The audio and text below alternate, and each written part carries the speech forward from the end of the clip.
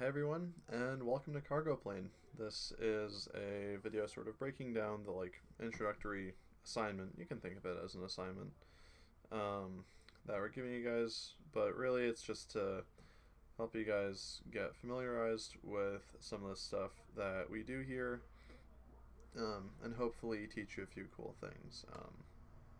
You basically just make a truss bridge. Our plane is completely made out of trusses, or well, not completely, mostly made out of trusses, and it's important to know how to be able to design those very easily and efficiently in CAD.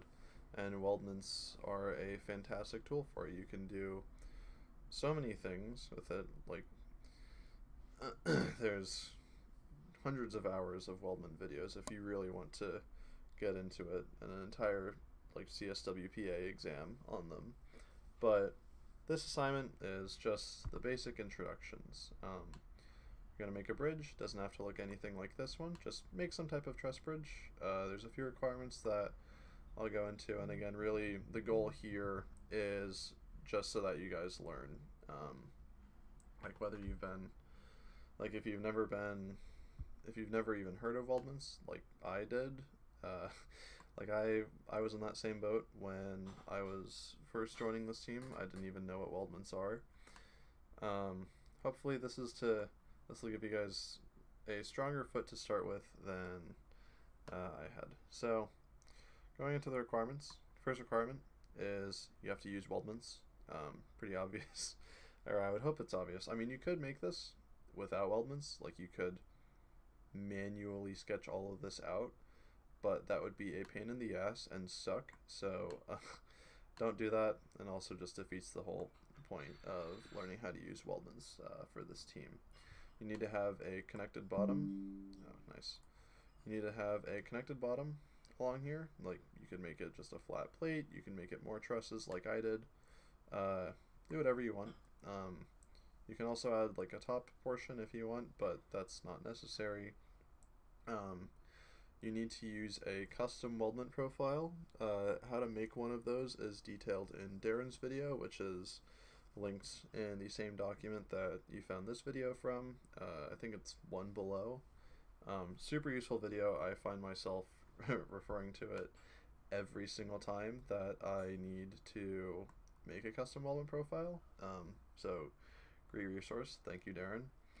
And you need to trim the corners. So you see, for example, right here, you need to shave off this end like that, something like that.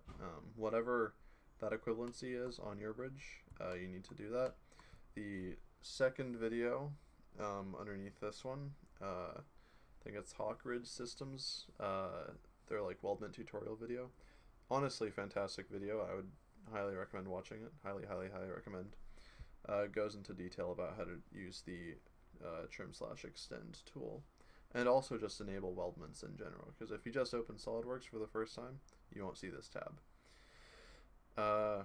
It needs to have a minimum of 3 sections. What I mean by that is just, if you look at it from the side, your pattern repeats at least 3 times. So if this is my pattern, 1, 2, 3, you need to have it at least do that. It could repeat 3 times, it could repeat 5 times, it could repeat 1,000,000 times. Probably don't do that, but at least repeat 3 times. And then it also needs to have a custom material. You're going to have to edit the material of this. I chose oak for this because bridge, oak. Figure that was suitable. You can do whatever. The point with that and with all of these is to just try and familiarize you guys very early on with some of the stuff that we'll be doing, and get comfortable with using weldments sort of earlier rather than later. No trial by fire here. This is just purely just try to learn. There's no real expectation here. You don't have to make a crazy bridge or anything. But I would encourage you to challenge yourself. If weldments and SolidWorks in general is something that you're super comfortable with, I don't know, try something new. Try to do it in a way that you would find less conventional, or with a way that uses a new feature that you had never used before, something like that. I would also advise to try and use a mix of reference geometry and 3D sketches, just for the sake of diversifying your design palette.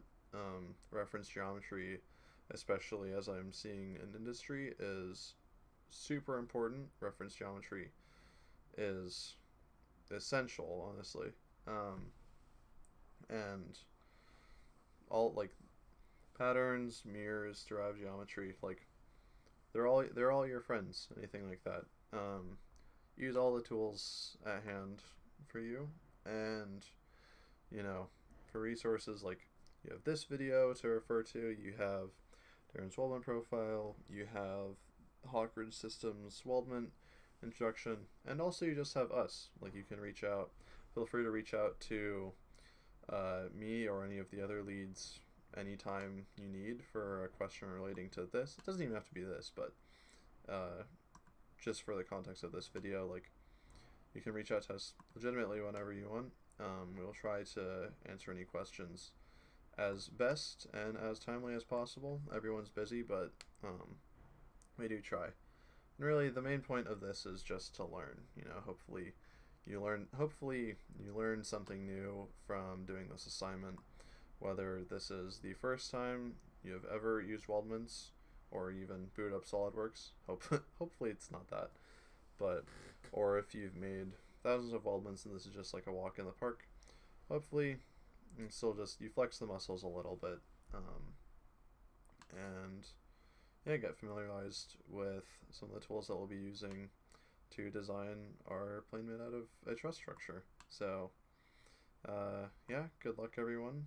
Try to have this done before our second bi-weekly meeting. I want to say the date is the 31st, but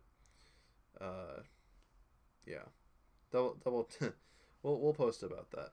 Don't take my word for it. But yeah, let's say good luck, everyone, and hope it goes well.